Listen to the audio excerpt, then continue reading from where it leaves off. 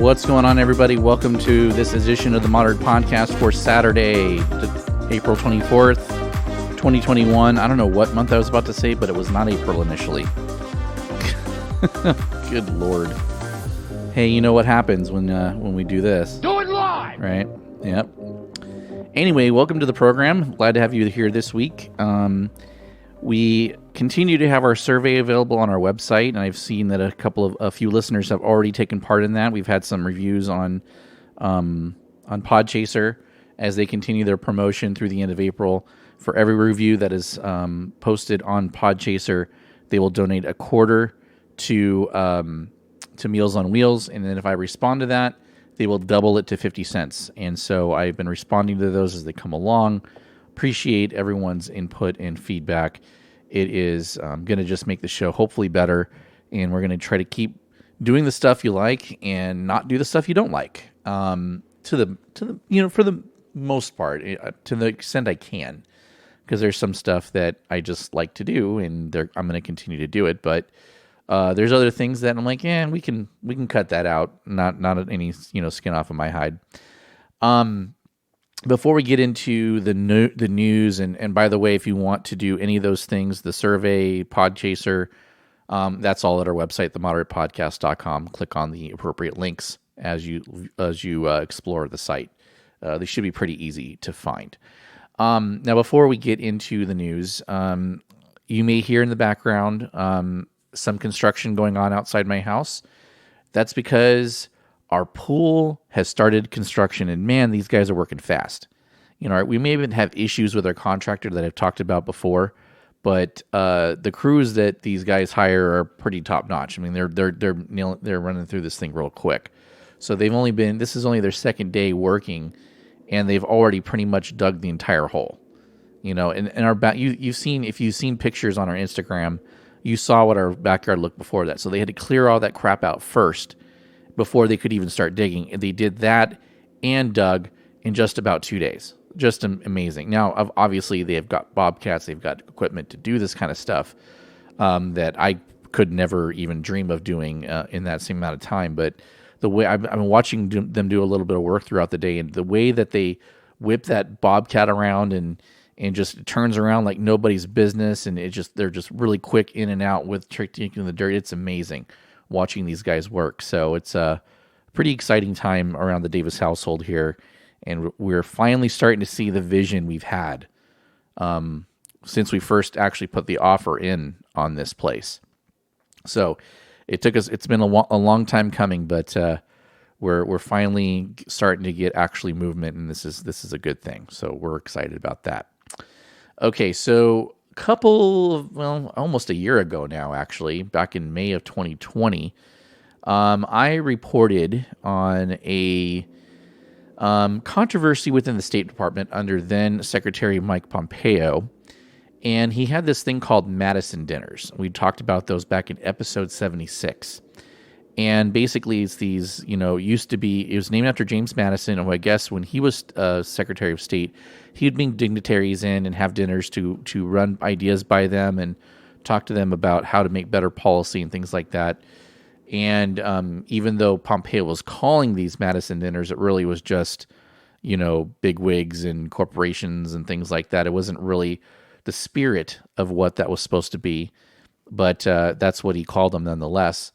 And so he got some blowback for that, and some, there was some, stiffings of ethics violations. Then, of course, we talked about the fact that he fired the chief of the Inspector General's office for the State Department. Well, even though they fired that person, they still continued the research or the report into that, the watchdog, and the report has been concluded. And so they concluded, so this is from NBC News, which I'm going to have a beef with later on in the program, as you're going to hear. The State Department's internal watchdog has concluded that former Secretary of State Mike Pompeo and his wife violated ethics rules by asking staffers to run personal errands and perform non-official work, such as making restaurant reservations, shopping, and caring for their dog. Yeah, you've heard that right, caring for their dog. In a report released on Friday, the department's inspector general concluded that those requests were, quote, inconsistent, end quote, with the regulations. But because Pompeo is no longer a federal employee and not subject to federal disciplinary or other measures, it did not call for any action against the former secretary who left office on January 20th at the end of the Trump administration. Instead, it recommended that the State Department clarify its policies to better define tasks and that are inappropriate for staffers under the ethics rules and make it easier to report alleged violations. The department accepted all the recommendations in its response to the report. Now, of course, Pompeo, through his attorney, is denying everything. His attorney, William Burke, has said the poor quality of the report bespeaks not merely unprofessionalism in its drafting, but also bias, which we are concerned may be politically motivated. Because, of course, there has been talk about Pompeo possibly running for president in 2024. He said the report was, quote, not fit for publication, end quote, and demanded evidence to support the investigators' claims that the Pompeos had made more than 100 inappropriate requests of staffers. Now, the other thing that they're arguing is that, hey, the person that was doing these things, and it sounds like a lot of this was actually at the behest of Susan Pompeo, his wife, had worked with them for years, even before he became Secretary of State, and that they felt that they were asking her to do this under a personal relationship rather than a professional relationship. But they hired her. They basically, it sounds like what they did is they hired this woman to be an advisor, a quote-unquote advisor to Pompeo, because she basically was their errand person. I talked about it back in episode 76. I went and listened a little bit, and it's basically like 60s Mad Men style type of secretaries. We think of executive assistants today. We think of clerical work. We think of kind of being the gatekeeper of the office type of thing, managing the office. But back then, 30, 40 years ago and more, secretary did do a lot of personal areas, but that mostly was supposed to happen in the private sector, not necessarily in the public sector. So it was a little disheartening that this kind of thing is happening. And that's why it's like you can't be doing that kind of stuff when you're a federal employee, it doesn't matter who you are, any type of manager. Doesn't matter if it's the Secretary of State or just some frontline manager, in some, bureaucratic department. You can't have people doing this kind of thing just in this day and age. Probably shouldn't do it even in the private sector, but private sector, you can do what you want. But taxpayer money paying for somebody's salary should not be handling personal errands. It just shouldn't be happening. Now, I may ask my assistant director where I work, hey, can you pick me up from, I had to drop my car off at the shop. Can you pick me up and take me, bring me to the office and take me back? Those kind of things. But those are personal. I mean, I think those are personal. I don't think that they're doing it as part of their job. It's not like you have to do this or you're fired. But it's because I also have a friendly rapport with that person too. I wouldn't just ask some random person that I don't really have an established relationship with, even if they work directly for me. You know what I'm saying? Like it's a little bit different. And I know it sounds like exactly, you're like, hey, Jimmy, well, you're doing the exact same thing you're accusing Pompeo of. I guess you could say that, but it's, but trust me, it's different. I don't know what else to say. I'm just digging myself a bigger hole here, a bigger and bigger hole here. So we're just going to move on. I saw this graphic someone posted on Twitter, and it's from Fox News. It says at the top, "Up in your grill," and then underneath it says Biden's climate requirements. And this is according to the Department of Agriculture at the University of Michigan, allegedly. It says that you need to cut 90% of red meat from your diet for a maximum of 4 pounds per year, which equates to about 1 burger per month. That's how much red meat you can eat every year. And that's what you'd have to do in order to meet the climate goals of the Biden administration. Now, where did that come? So I was like, I saw that. I'm like, where the hell did that come from? That does not sound like something that Joe Biden actually said. Well, it turns out that that's true. The Daily Mail originally reported this. Joe Biden announced a goal to cut emissions by 2030 compared with 2005 levels at the start of a 2-day climate summit on Thursday. So this was something that people took screenshots of this meeting they were having, remotely, and that people are making fun of Biden for being the only one wearing a mask in the picture. Not even Angela Merkel or Macron or Justin Trudeau. None of them were wearing masks, but Joe Biden was, even though he is fully vaccinated, has been for some time. But I digress. He vowed the plan, which would set the U.S. on a path of a zero emissions economy by no later than 2050, would create jobs and boost economies, also known as a time period where he will be dead and gone for a long period of time. But he is yet to release any firm details on exactly how such a plan will affect the daily lives of ordinary Americans. So I'm like, well, wait a minute.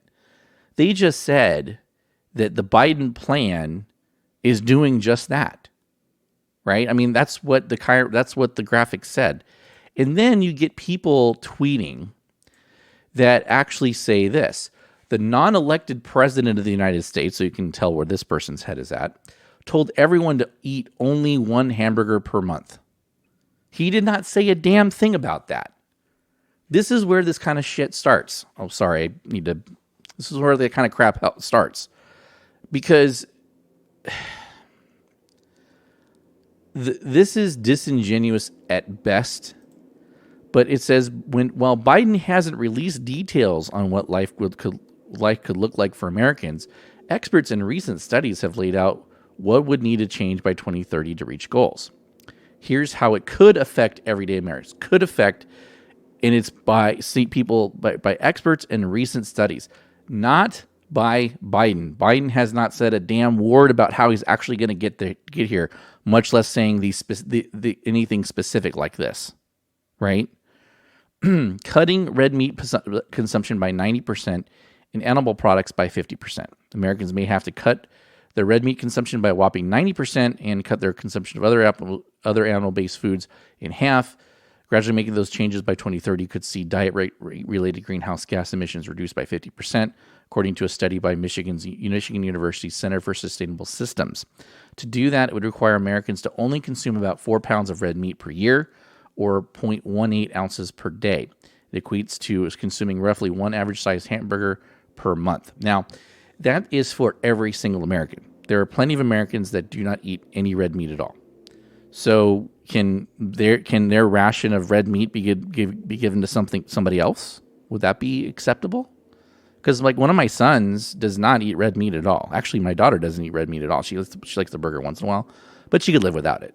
So she could give it to my wife and my other son and me, who are the real carnivores in the family. So they can still get their meat, but then we're talking about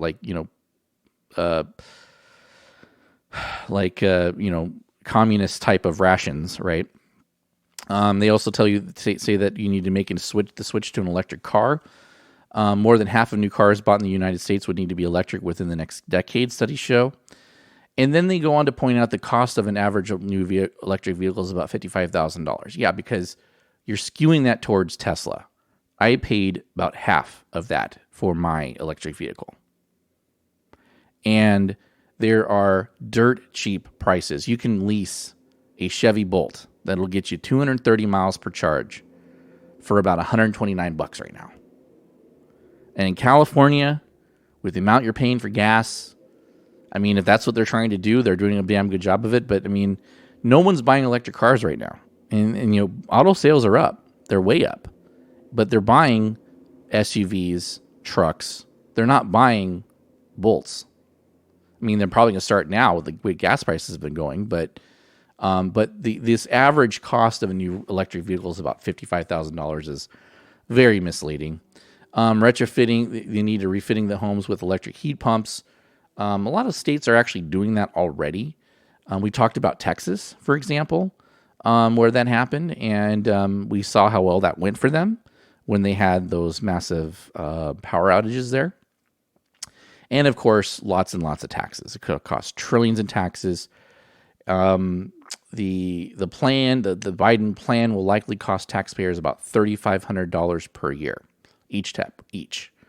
While more than 2/3 of the U.S. population finds that climate is a crisis or major problem, less than half are willing to pay even $24 a year to fight it, according to a 2019 survey by the Washington Post and the Kaiser Family Foundation.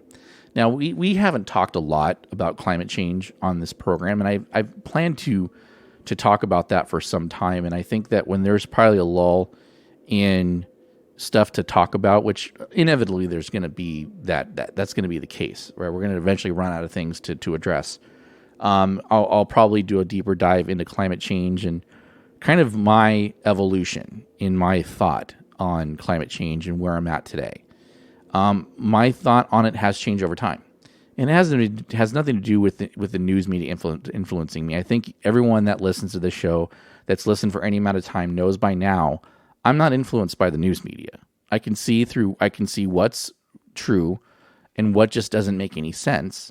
And when you should do a sanity check, it doesn't really take a lot of research to realize when things are true and when they're not. And we actually have a couple examples on today's show of just that kind of thing. So anyway, I did find that funny, though, that people are attributing this quote to Joe Biden now, out in the social media world. And even though Biden hasn't released anything, not himself, not his administration, nobody has actually released what this entails and how they're going to get there. So these are all assumptions being made by other sources of here's ideas of how to get there. Doesn't mean we're going to actually do it. That's the thing. It doesn't mean we're going to actually do it. So the fact that people are taking this and running with it, and there are idiots that'll believe that, but what are you going to do? What are you going to do, right? One other thing I wanted to briefly address. This is where my BS detector goes off for the liberal media. So I went after the conservative media just now, and now I'm going to take the liberal media to task. NBC News. I am sickened by this. I am pissed beyond recognition because the way that they reported this, and that because they have such hatred for Kyle Rittenhouse that they actually will condone a literal crime, at least a crime that I think it's a civil crime. If maybe it's a civil violation, if it's not a criminal violation. First responders and other government employees have donated money to support homicide suspect Kyle Rittenhouse, according to data leaked from a Christian crowdfunding website. As you're going to find out, and they use the term leaked again, this is not a leak. Okay? This is not a leak. Data leaked from Give, Send, Go appears to shed light on the sources of over $500,000 in donation to Rittenhouse's legal defense fund. The data was unearthed, their word, by the digital activist group Distributed Denial of Secrets and shared with NBC News on Friday. That is a fancy word for hacked. Distributed Denial of Secrets hacked Give, Send, Go. Stole this information from them and gave it to NBC News. And what did they do? They made a story on it and actually named names. Not kidding you, people. Not making this up. This happened a week ago this last Friday. So that was what? The 16th, April 16th, this article came out. This is the pinnacle of disgusting. That a mainstream news media outlet would, it'd be one thing if these like ragtag little news outlets pulled some kind of crap like that, right? But this is NBC News. Now, I get the bias reporting. Okay, I get that. But this is unethical at its very, very best. So they name names. I'm not going to name names. One pro-Rittenhouse donation for $25 was made with an email address from somebody linked to the Norfolk Police Department. I'm not going to say who it was.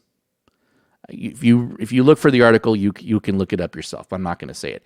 Now, the police chief of Norfolk said in a statement Friday that he was aware of the allegations and ordered an administrative investigation to quote to ensure department policies and procedures were not violated. The officer has been reassigned to another division pending the results of the administrative investigation. The reason he had to be reassigned is because he actually works in internal affairs. And this would actually obviously be an investigation that would be handled by internal affairs. So obviously he's got a little bias there if he can't investigate himself. Now, the problem starts with him using his work email address. If you're going to do this kind of stuff, rule number one, don't use your work email address. I mean, I knew somebody that freaking used his work email address to sign up for Holly Madison. Remember when they had that leak, 5-6 years ago? And there, and that basically it's Holly. I think it's called Holly Madison, the one that the cheating site where married people go to find hookups. This person used his work email address to do that. Like, how stupid are you to do that? You know what I mean? So don't do that kind of thing. That's how they figured out where this person works, because most government agencies, they have a naming convention, so you can figure out based on the email who it is, right? Other donors appeared to include a paramedic in Utah and an engineer from the famed Lawrence Livermore National Laboratory near San Francisco. A representative for the lab said the engineer did not mean to use his work email address for the contribution. Now, Heather Wilson and Jacob Wells, co-founders of GiveSendGo, conceded that names and email addresses were exposed, but insist that no financial information was stolen. This was not a database breach as characterized, just a front-end attack where a hacker was able to collect email addresses of donors. Hacked. That means that it's not like they just left this information somewhere and someone just stumbled upon it. This is a hack. And NBC News not only doesn't, treats it not like that, they actually condone it because they're actually using it to their own advantage, to dox people. That's what they're doing here. It's disgusting. We have since found and addressed the issues and are scanning the website with outside security auditors to ensure that this does not happen again. Aside from emails and names, no financial information is collected from donors by GiveSendGo, so there was never any danger of donors' credit card information being compromised. Good job, NBC News. Bunch of jackasses. It's ridiculous. Okay. So last week, I had mentioned a graphic from Fox News about police shootings so far in 2021, and how many blacks versus whites were killed. And I mentioned that, if you look at the people that, you have to put it into context. And I mentioned that, yes, there's roughly a little bit more than twice as many whites that have been killed than blacks by the police. But then I pointed out that that's disproportionate to the population still, right? Well, someone challenged me on that, a very astute listener, and said, well, wait a minute, you can't really take just the population. You got to look at other factors. You got to look at arrest rates. You got to look at police stops, things like that. How many encounters with police? And the notion was that African Americans have a much higher proportion of police interactions relative to their population, and that's why that's going to skew those numbers. So I said, that's a good point. I'll talk about it on next week's show, so I'm going to do that now. So in 2018, which is where the most complete information we have, because it takes a couple of years to get all this nationwide data synthesized and verified, and there's deadlines, and some you have to go out and try to get it, and blah blah blah. So 2018 is the latest we have information on. So I'm going to use 2018 as kind of a baseline so that we can compare apples to apples. So I first looked at police-initiated contact, and this is Department of Justice statistics. So there were 28.9 million police-initiated contacts in 2018. 11.7% of whites, of all whites, not like that. It's not 11.7% of that number. It's 11.7% of all whites 16 and over had some type of police-initiated contact with them. Only 11% of blacks had police-initiated contact with them. Okay? Now, that equates to, and 9.8% for Hispanics, by the way. Now, in pure numbers, remember I said 28.9 million was the total. Of those, 19.2 million were white, or 66.5% of the stops. Whites over 16 and over. We're only looking at the population of 16 and over, by the way, just so we're clear. So the percentage of whites that are in the 16 over population is 63.1%. So it's actually, they had more stops relative to their population. Blacks had slightly more. 3.4 million blacks had police-initiated contact in 2018. It's 11.8% of all stops, and they make up 11.9% of the population. So you would think, if you look at it just from that ratio, you would think that it actually does correlate closely with population, so that you would think that if whites and blacks were killed at the same rate by police relative to their contacts with police, that whites would actually be there should be 6 times as many whites killed by police than blacks, right? Based on that statistic. So now we're not talking about overall population. We're talking about proportion of times that police came in contact with individuals. Okay? Now, that still didn't make a lot of sense to me, because so I looked at it from an arrest standpoint. So this is according to FBI data. Okay?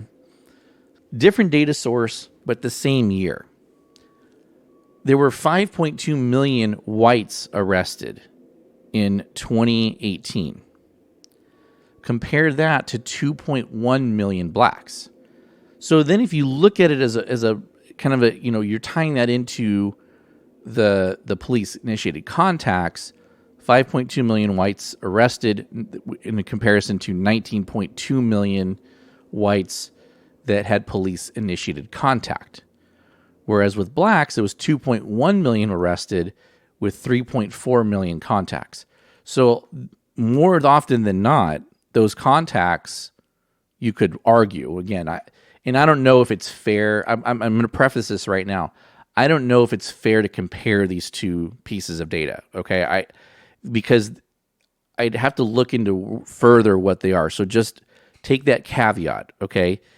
But if you look at it from that standpoint, you can say that when police come in contact with blacks, they're far more likely to arrest them than they are whites, because it happened roughly 2/3 of the time, versus less than probably about 30% of the time for whites, right? So then you look at, if you look at it as if you look at encounters with the police, and I think that's where people's thoughts go to. 456 whites were killed by police in 2018. And so if you divide that by the $19.2 million police initiated contacts that equates to 0.0023%. So in other words, 0.00223% of those contacts resulted in the police killing a white person. For blacks, that number was 228. And if you look at that as a percentage of the number of police-initiated contacts, the ratio is 0.0067%. Now, if you look at it from an arrest standpoint, those percentages get closer. But a lot of times, if they get arrested and they're taken into custody, most of the time, that means that the police did not kill the person because they actually had to be booked. So in those times that they were arrested, that never resulted in a death. Now, I don't know if, like George Floyd, for example, would be counted as part of those arrest numbers for that particular incident. And also, it doesn't take into account that how many of these are repeat offenders. So if they've been arrested more than once within that year, are they counted once or are they counted twice? My guess is they're counted twice, right? And I think these police-initiated contacts are also, I think that those are based on surveys that are done. So that is, like, you could have had 10 contacts with the police. That's only counted as one because it's police contacts per person, because they're equating it to the population of the United States. You know what I'm saying? So that's where I'm saying that there could be a different way to look at this data, and maybe it's not fair to compare the two. So I guess that's all to say. It gets a little more complicated than that. But what I would say is that there is still as a percentage of the population and your police contacts, you're more likely to be killed if you're black by the police than you're white. Now, you're also, statistically speaking, more likely to commit a crime. You're, statistically speaking, more likely to get arrested, right? But is that because of racism, or is that because blacks are actually committing the crimes? I think you can get that answer from different people depending on who you ask, right? I mean, if it's a liberal, they're going to say, "Oh yeah, it's police, it's racism." If you ask conservative, most of them will probably tell you that it's because blacks commit a disproportionate amount of the crime, and that it's proportioned to actual crime activity. If you compare police shootings to crime activity, now all of a sudden you're going to get a much more congruent pattern, and it's roughly the same, right? I think that's a fair argument if that is true. But why are blacks more likely to get arrested for a crime than whites are, even if they both committed the same crime? Like they always say about racial profiling, a black person is much more likely to be arrested for possession of marijuana, whereas a white person is more likely to get a warning than a black person. Now, where they get that data to suggest that, I don't know. That's where I get it. They lose me. I don't know what that is, but I just wanted to address that because it's something I said, and I wanted to look a little bit more to it. I don't know if I answered any questions. I might have created more questions than answers, and answers given, admittedly. But that does lead us into the Derek Chauvin trial, and the verdict came out this week. And there was some interesting reactions to that. And I think a lot of people were on kind of pins and needles a little bit on this one because they thought that this could potentially be a Rodney King situation on steroids, right? The LA riots, except something that's going to happen nationwide. And the reactions across the political spectrum were very interesting. You had liberals, obviously, I think most people looked at it and said, yeah, he got what he deserved. But there was still a decent number of people on the left that were saying this still isn't good enough. I mean, that's great and all, but it really doesn't solve anything. It doesn't fix anything. It doesn't change the culture. It doesn't change how police treat minorities because they still have that view. And they don't think that this will scare some of them straight, I guess you could say. Fair enough. But there were also reactions on the right that said, there were plenty of conservatives that said, yeah, the jury got this one right. And this guy deserves to rot. He gives cops a bad name. And that's a reasonable thing to say. But you have other conservatives that said, oh, well, this was a sham trial because, and then, Maxine Waters tainted the jury because she was saying how there's not going to be there's not going to be peace in the streets, and they were threatening the jury and blah, blah, blah, right? And it's a tainted jury as a result. And then it was an outrage, and that Chauvin did nothing wrong. It's, the autopsy showed without a doubt that it was his drug use. It was fentanyl. It wasn't the fact that this guy had his, knee on his windpipe for 9 minutes. I mean, yeah, maybe the drugs, exacerbated the condition. But even if the guy survived somehow, he probably would have had brain damage from lack of oxygen. So, but then there were some other reactions. The Las Vegas Raiders, for example, got into really hot water this week because they put out a tweet that said, "We can breathe." Now, we know where that came from, right?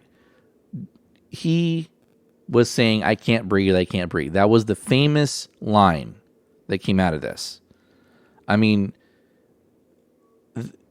everyone knows that line, right? And that was what became the rallying cry for the protest movement, for the BLM movement after that incident, right? So they put the tweet out, "We can breathe," and they got filleted for it. I couldn't believe it, actually. I'm like, I mean, it probably isn't the best thing to say, but the way that people just went off the deep end about it, like it was just the worst thing ever. It was so offensive. I'm like, whoa. I did not take it that way at all. I don't know why people were that upset about it. I can get like being like, that wasn't it's kind of a little bit cringe, but it wasn't completely offensive that they just need to, you need to fire the social media person, all blah, blah, blah. No interest in that. I mean, come on. That was kind of weird. And then you've got, you got Nancy Pelosi. And Nancy Pelosi, her initial reaction in the press conference, she's got Karen Bass right behind her. And as she's saying this, Karen Bass is nodding her head. Okay. And Nancy Pelosi got universally filleted for this, both on the left and the right. So I'm going to play the clip of Nancy Pelosi's statement right after the verdict was read. So again, thank you, George Floyd, for sacrificing your life for justice, for being there to call out to your mom. How heartbreaking was that? Call out for your mom. I can't breathe. But because of you, and because of thousands, millions of people around the world who came out for justice, your name will always be synonymous with justice. So I can see why people were like, what the hell did she just say? Did she really just say that? And like I said, it was universal. The right obviously is going to go for any opportunity they can to go after Nancy Pelosi, and she just gave them a year's worth of material from that statement. But even the left and CNN were like, what the hell is she talking about? Like, what? Because, I mean, as far as I know, George Floyd did not mean to sacrifice his life in the name of quote unquote justice.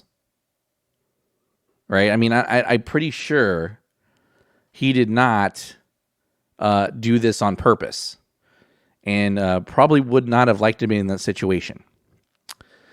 So obviously, Pelosi stepped in it pretty bad there, and she had this to say. So she tweets back: George Floyd should be alive today. His family's calls for justice for his murder were heard around the world. He did not die in vain. We must make sure other families don't suffer the same racism, violence, and pain, and we must enact the George Floyd Justice in Policing Act.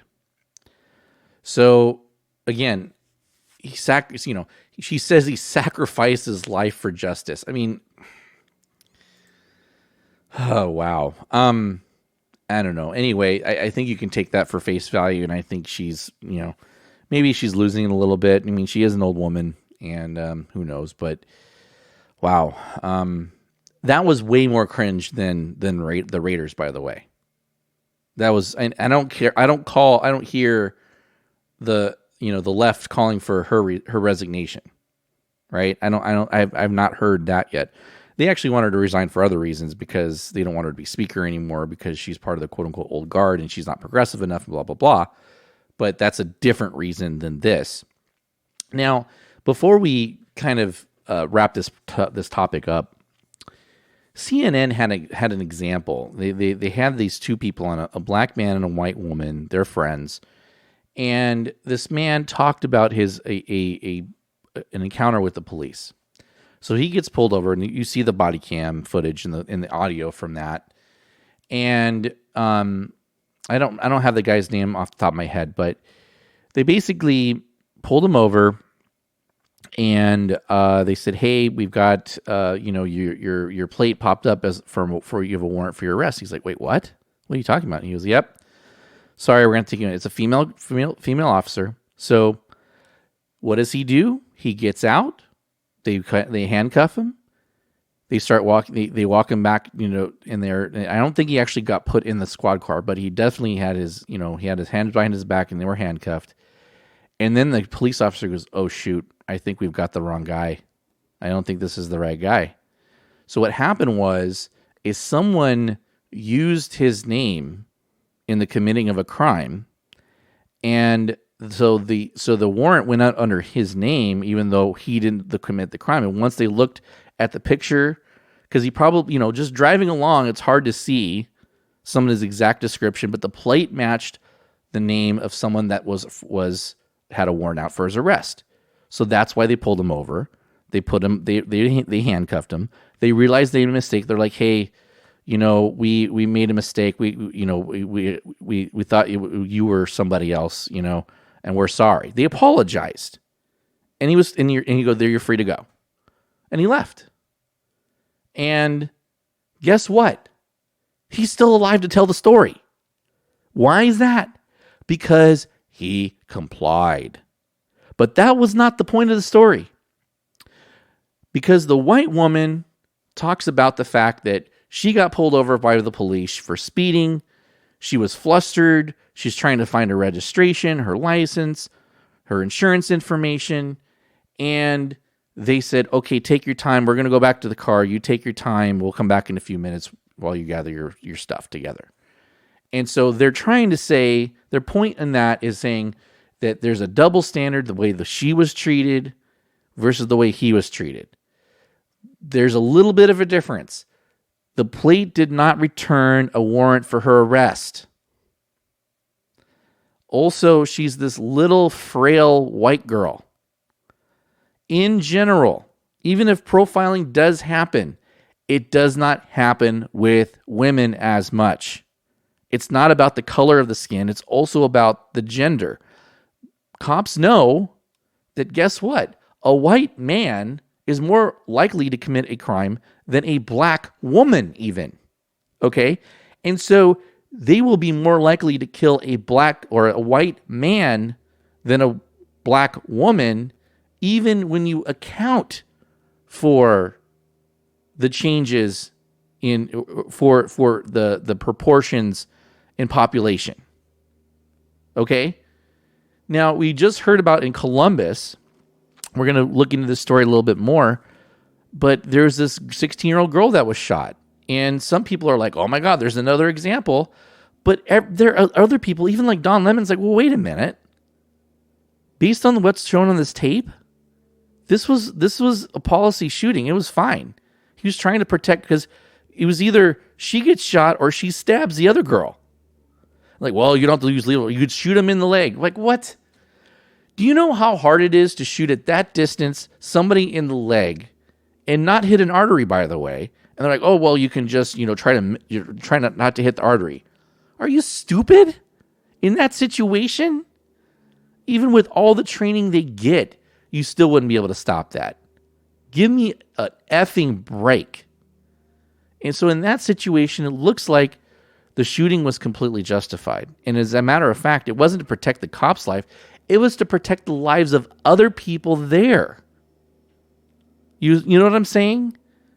If it was about racism, then why would they care if a black person kills another black person?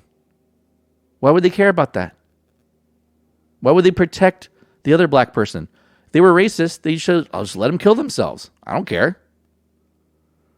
And I mean, that way I don't have any blood on my hands. They can kill themselves. There's one less, there's one more dead black person because we know all cops love that because they're all a bunch of racists, right? And I don't have anything to do with it. So let them kill each other. Come on. That's how ridiculous you sound when you say that. Anyway, all right, enough about that. When we come back, I do want to talk about a couple of COVID things. And so specifically related to masks. And because I've had this interest in mask wearing, and you always hear about, oh, they're so effective, you gotta follow the science and blah blah blah. But I find it difficult to find actual evidence of that. And I finally found a study, and you're not going to believe it, but there is statistical significance between wearing a mask and a reduction in COVID cases. The key phrase is statistically significant. Remember that term. We're probably going to call this episode that, by the way. So we're going to talk about that when we return.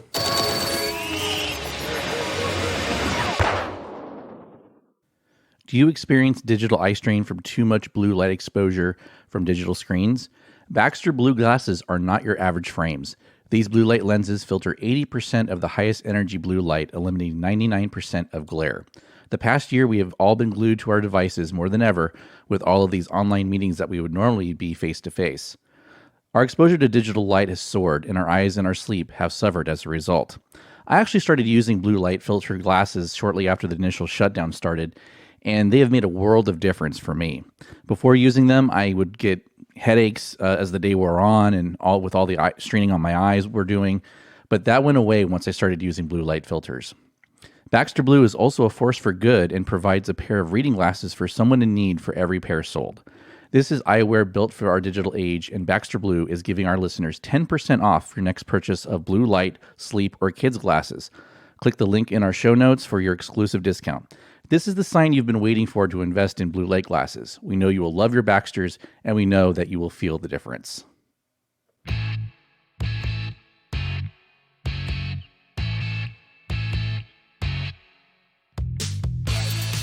And welcome back to the Moderate Podcast.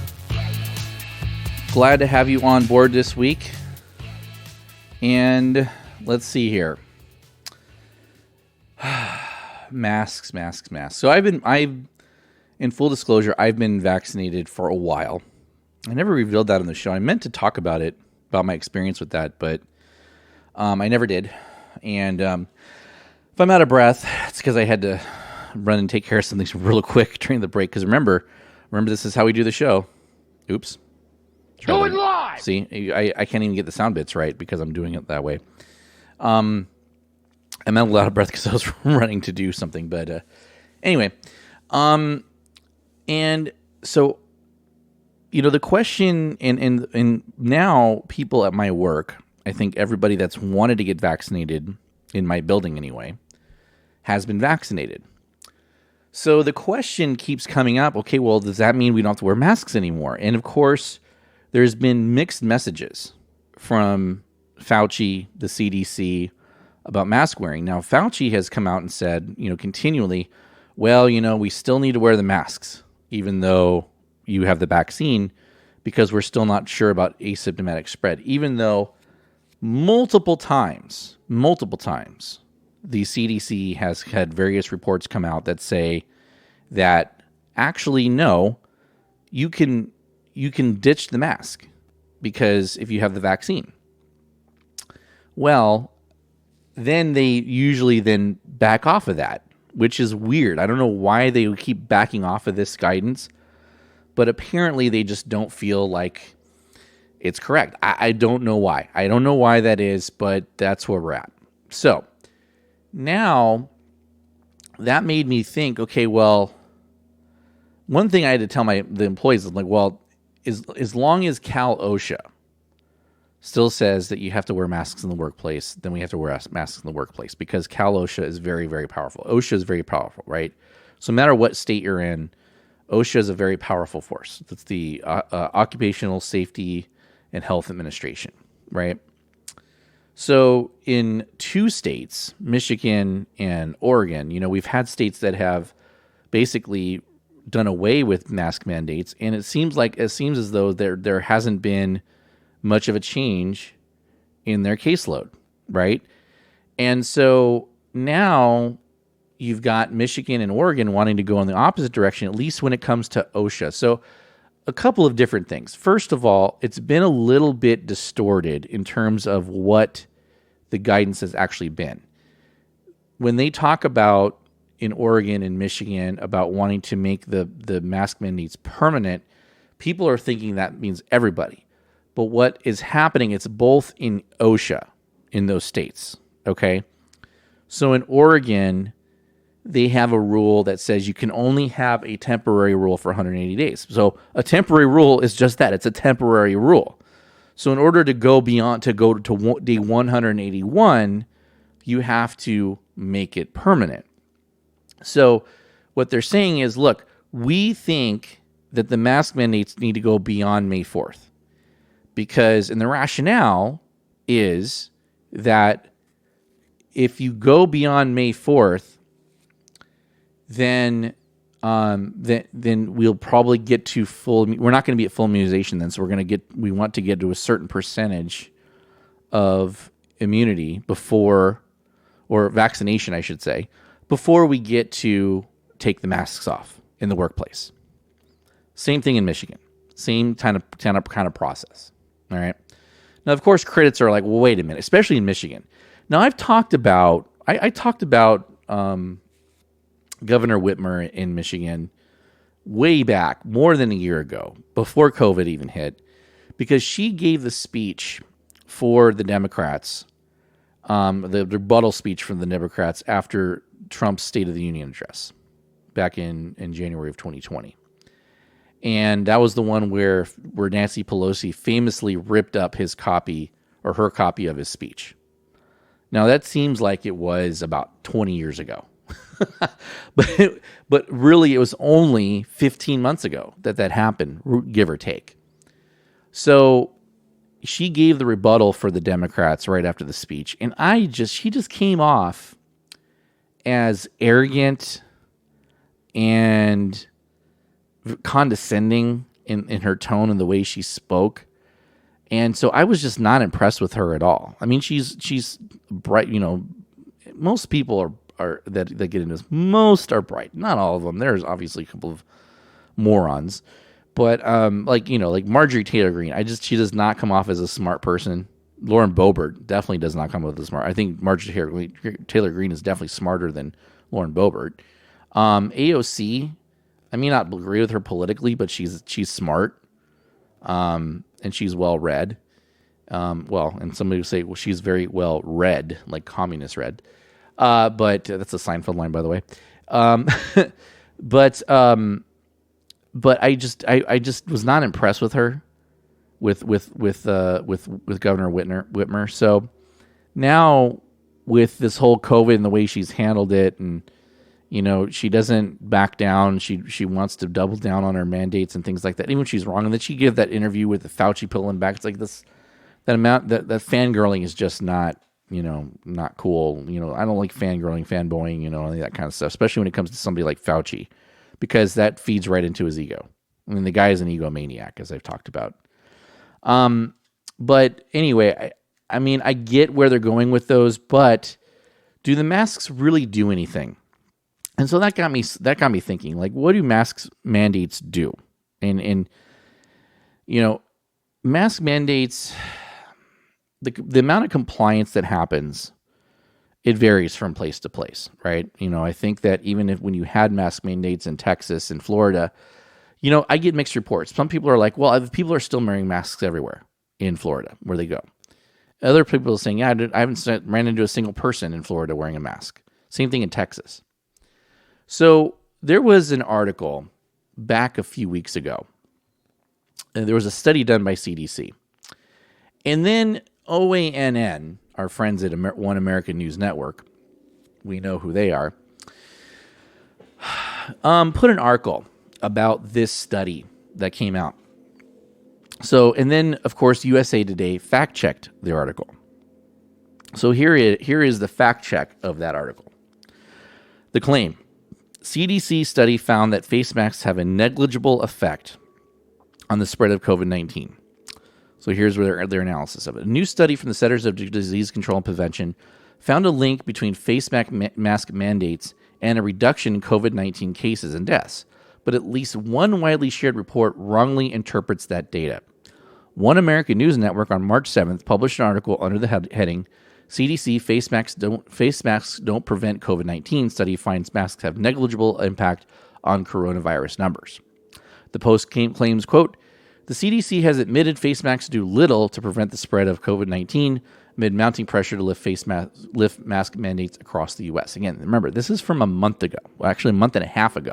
Okay, but the CDC study doesn't say that. In fact, it doesn't study mask efficacy at all.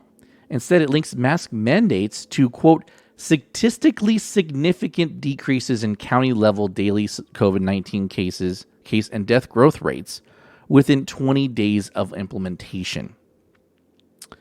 So then, here is a quote. Over the course of the pandemic, the scientific evidence and our understanding of masks have grown. The data we now have conclusively shows that widespread use of masks is a very effective way to reduce the spread of COVID-19. CDC spokeswoman Jasmine Reed wrote in an email to USA Today. Spokeswoman, okay? Probably not familiar with statistics. So, this is what the article, what did the study find? The article says, in the first 20 days after implementing mask mandates, new cases slowed by 0.5 percentage points. 0.5%. 0.5%. They continue to fall over the 100 days analyzed in the study. COVID-19 death rates dropped by 0.7% percentage points in the first 20 days after the masks were required. Decrease in the rate of new infections and deaths from the virus were statistically significant, the authors found. Following the institution of mask mandates, rates of new infection and deaths reversed and started declining, Reed said. Immediately after these mandates were instituted, these declines were statistically significant. There's that term again. The study found a statistically significant increase in the rate of COVID-19 infections and deaths starting 40 days after indoor or outdoor dining at restaurants was allowed. So increases, statistically significant increases. Data released by the agency in November looking at, here's another study. This is about the growing body of evidence establishing mask mandates as an effective strategy. Data released by the agency in November looking at COVID-19 incidents in Kansas after a statewide mask mandate also found the measure resulted in a drop of infectious cases. The study compared trends among the 81 counties choosing to enforce the mandate issued June 29th but effective July 3rd, and 24 counties which opted out as permitted by state law. Counties with mask mandates saw a 6% reduction in cases. Counties without experienced a 100% increase. So a 6% reduction versus a 100% increase.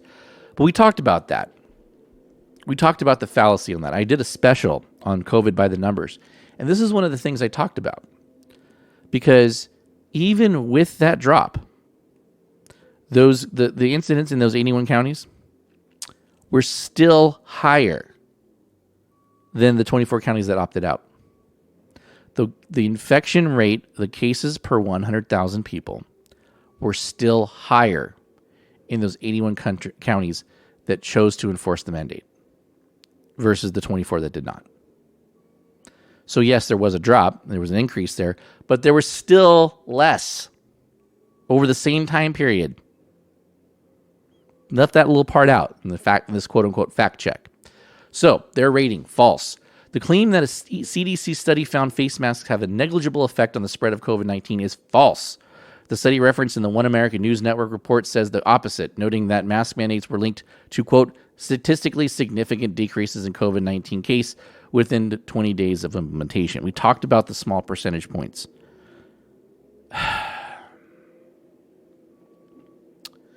So here's the problem.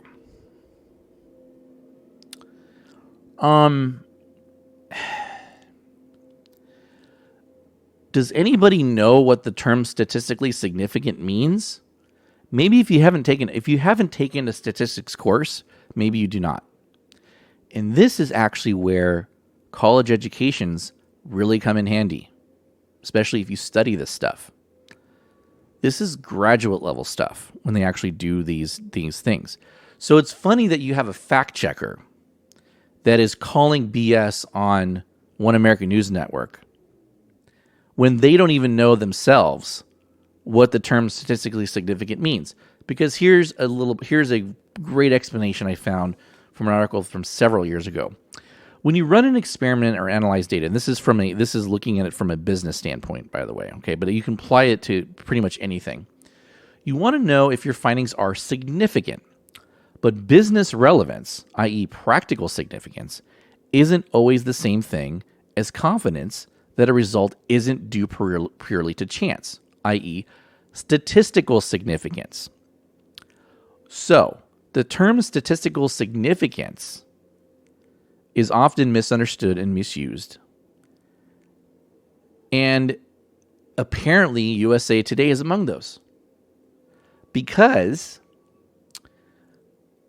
all this means is that they've been able to figure out that the mandates and the caseload are linked together statistically. So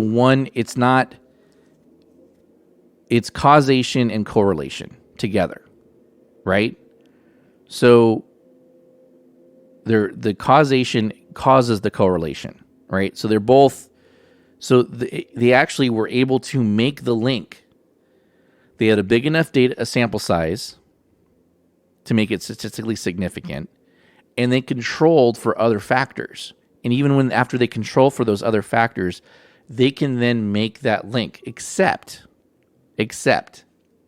from the actual study itself. The findings in this report are subject to at least 3 limitations. First, although models controlled for mask mandates, restaurants and bar closures, stay-at-home orders, and gathering bans, the models did not control for other policies that might affect case and death rates, including other types of business closures, physical distancing recommendations, policies issued by localities, and variances granted by states to certain counties if variances were not made publicly available. Second, compliance with and enforcement of policies were not measured. Finally, the analysis did not differentiate between indoor and outdoor activity or dining, adequacy of ventilation, and adherence to physical distancing and occupancy requirements. So in other words, you can have a mask mandate all you want, right? But usually the mask wearing is going to fall down party lines. And that's what it's come down to. Even mask wearing is political, Everything's political now. And so even in states that don't have the mask mandates, you're still going to find pockets where people are wearing masks because they believe they work. So you don't need the mandate anymore, right? I mean, there's still people that are going to wear the masks. But also, when you actually look at the numbers, and this is where OANN was going, they're not talking about whether there's no link. They're talking about whether it's a significant drop. And that's a purely subjective analysis. They're not questioning whether there's statistically significant correlation. They're saying, does it qualitatively make a difference? And when you're talking about numbers of 1.7, 1.8% drops in cases, 1.9% drops in deaths, a 2% change. So these mandates only made a 2% difference. Now, someone say, "Oh yeah, that's great news." But also the mask people always sit there and tell you, oh, you know that masks are 95%, you know, if both of us are wearing masks, that'll cut infection by 95%. No, we're not seeing the increases in those states. Maybe they're not falling as quickly just because of stuff like this, but it's so small. And remember, the vaccine is supposed to be 95% effective, and actually they're probably finding it's even probably higher than that. So we're talking about a vaccine that is 95% effective, right? But we're talking then, but you still have to wear a mask even if you have that vaccine, because the masks make a 2% difference. That's what they're saying. That's what this study is saying. And so OAN is going, that's nothing. You have a vaccine that's 95% effective. You have a mask mandate that's 2% effective. 2% doesn't mean jack crap. That's what they're saying. That's what they're saying. They're saying that they found a statistically significant link between mask mandates and case rates. But the actual number is small. That's what OANN's point was. But USA Today doesn't understand the term statistically significant. Researchers, when they're coming up with numbers, do not use qualitative rationale. They use quantitative rationale because it's not their job to make policy recommendations. Their job is to collect the data and present it. And if I'm a politician and I go look at this and go, masks only make a 2% difference, we're dropping the mask mandates because it's causing a whole bunch of other problems that we don't need. Right? But that's not up to the CDC's data people, the statistics people. That's up to policymakers to make decisions based on the data that they're given. And they have to be told, does this data, is the quality of this data good enough that I can make a judgment on it?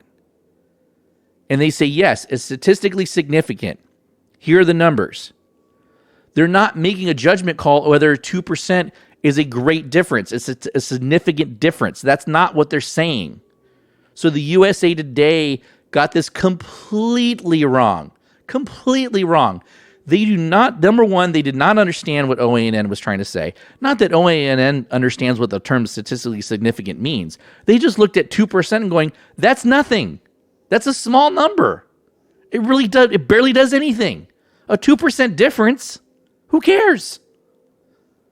If my temperature is 2% above normal, I have a mild fever, right? A mild fever. Okay. You know, my temperature's probably about 100. Okay. Yeah, I'm probably sick. But your body percentage goes very, very small, right? When we're talking about millions of cases, 2%? 2% for all the other damage that these measures are taking? That's what we want to quibble about? 2%? If people, and that's what people's point are, they're like, if it's only 2%, it's only causing a 2% drop, who the F cares? Off with the mask. This is their golden bullet? Give me a break. So, mask mandates don't work. The vaccine works. That's for damn sure. Because that's what is the difference here. You have states with mask mandates still. You have states that don't have them. Everyone's dropping. Why? Because everyone's getting the vaccine. Because it's 95% effective. Not 2%. Freaking ridiculous. I've had enough. I'm going to wrap up the show. Good Lord. Next week, we're going to talk about a study. I didn't get a chance to get to it. That talks about social distancing and how maybe that doesn't matter either. Even for indoor dining. What do you know? It's a peer-reviewed study. Multiple peer reviews, by the way. From MIT. So we're going to get into that next week. So anyway, Thanks for joining us on the Moderate Podcast. Our website is themoderatepodcast.com. You can find all of our social media there: Facebook, Twitter, Instagram, YouTube. It's all there. Again, remember to complete our survey on our website. It's a link that says just take our survey. And also remember to leave a review on Podchaser. We'd much appreciate it. So, and until next week, if you're fully vaccinated, unless you have to wear it for work or you have to a business requires it, be respectful of businesses. If they want you to wear your mask, don't complain about it. Just do it. It's not that big of a deal. But other than that, lose it. All right? So, till next week, keep it real, people.